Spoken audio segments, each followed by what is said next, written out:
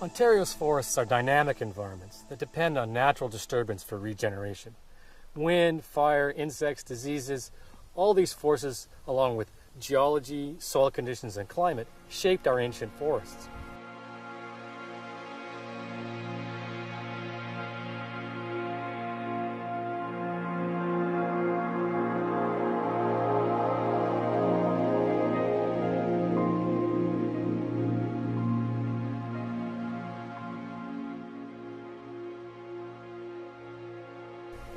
With the presence of humans, our forests became subject to a new type of disturbance.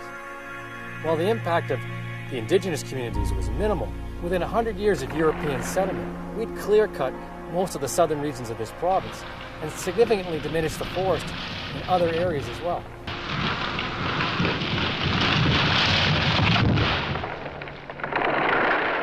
Today, thanks to science, hands-on experience, and traditional indigenous knowledge, we have a much better understanding of forest dynamics. And we're starting to realize that our future depends on the future of healthy forest ecosystems. When I go into a forest now, any forest, I'm thinking about how those trees became established. Many of them are hundreds of years old, so they've been there much longer than any of our living people that are alive today. So you have to think about trees in their life cycle and try to think about them 100 years from now. So history becomes important as a guide to what the future forest might look like.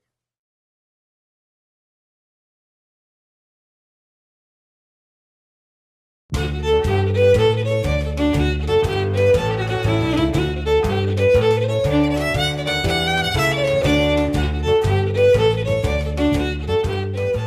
the 18th and 19th centuries, forestry was a cornerstone of our economy.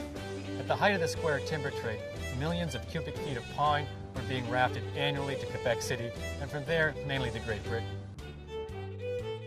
In the second half of the 19th century, timber exports brought in 4 times the revenue of agricultural products.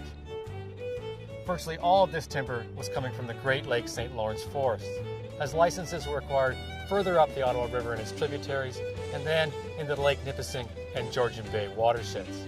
The timber industry became our largest employer.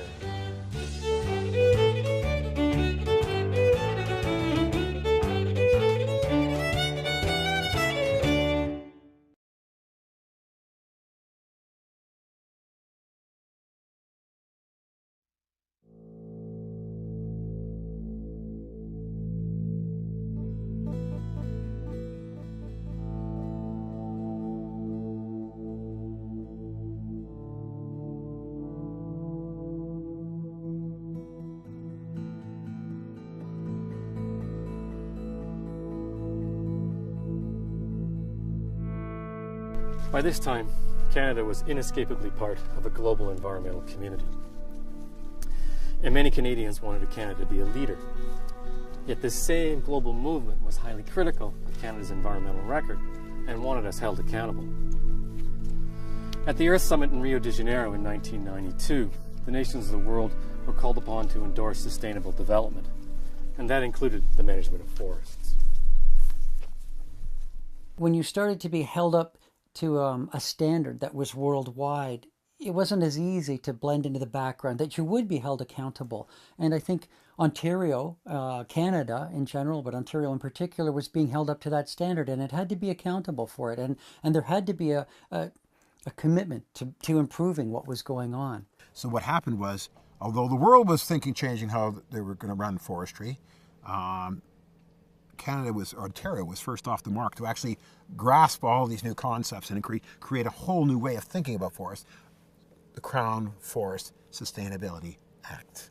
And the Crown Forest Sustainability Act was actually a groundbreaking, very advanced piece of legislation, because it said that what we must do in the course of managing forests for wood products and so on is we must emulate natural landscape patterns. That means forest types and structure and so on.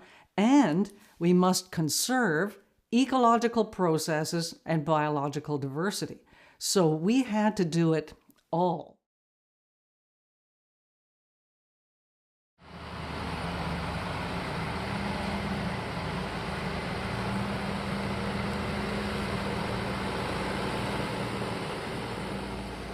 Government and the forest industry have had 20 years to adapt to the roles and responsibilities defined in the Crown Forest Sustainability Act of 1994. The Ontario Ministry of Natural Resources and Forests are responsible for monitoring compliance and providing manuals and guidelines to be followed. In order to meet the requirements of the Crown Forest Sustainability Act, the Sustainable Forest Licensees, known as SFLs, had to reorganize themselves to manage a much larger and more complex administration. So today's SFLs are not like the forest companies of the past, but their main responsibility is still to manage for forest sustainability by working with natural processes and landscapes. The idea is that we're trying to produce a natural landscape, and what this means is it doesn't just mean a landscape of trees that are the right age for harvesting. This means old growth forests. This means young forests. This means intermediate age forests. So we must consider a landscape that has all of these forest types and all of these forest ages represented.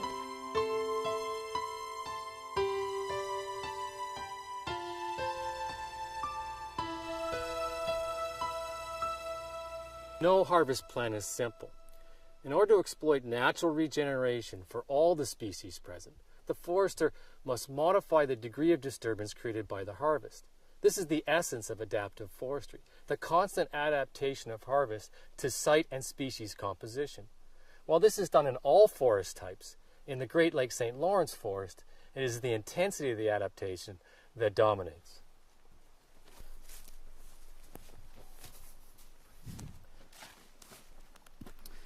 In order for this system to work, the logger running the chainsaw or the mechanical harvester needs to know what trees they're allowed to take. These marks on the trees tell them what to do. The exact pattern varies depending on the overall approach, but the purpose is always the same. The logger will know what trees they can cut and what they must leave behind, and the cut can be monitored afterwards for compliance.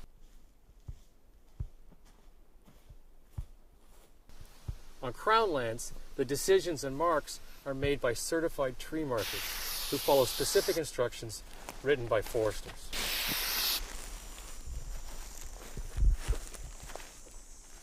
Tree marking is very unique to the Great Lakes St. Lawrence Forest region.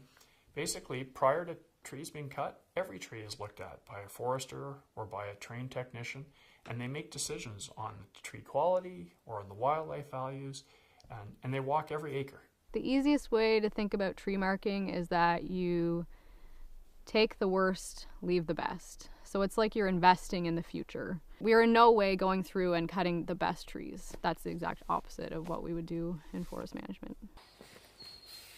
In the past, we marked trees to improve timber growth. We continue to do that, but now we're looking for new values. We're looking for red-shouldered hawk's nests and protecting them. We're looking for vernal pools that have amphibians in them, or cavity trees that have woodpeckers, and tree markers are identifying and protecting those values as part of their day-to-day business.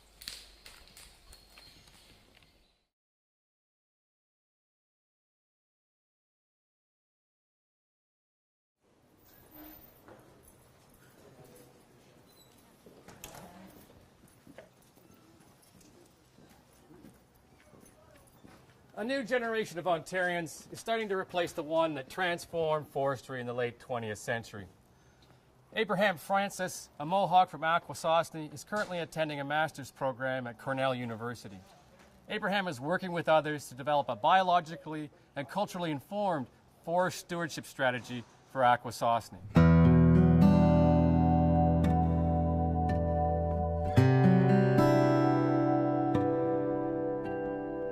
So what I'm really interested in is the ways in which our culture is spatially distributed and how our values intersect with that culture, and also how that intersects with the biology present on the landscape, and how context-specific forest stewardship strategies can be developed for different stands.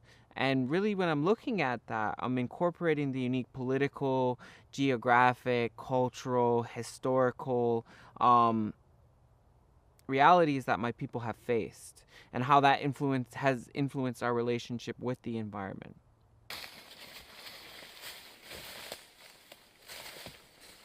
Jessie Shaw is the 6th generation of Shaws involved in the family lumber business in Renfrew County. At this stage, she's learning everything, from tree marking to tending white pine regeneration to making telephone poles. I went to school at Algonquin for forestry, and they said it was the most students enrolled in forestry that they ever had. And you look around the class and there's about 5 or 6 girls, which I don't think you would have seen, say, 50 years ago or whatever. So it's changing big time.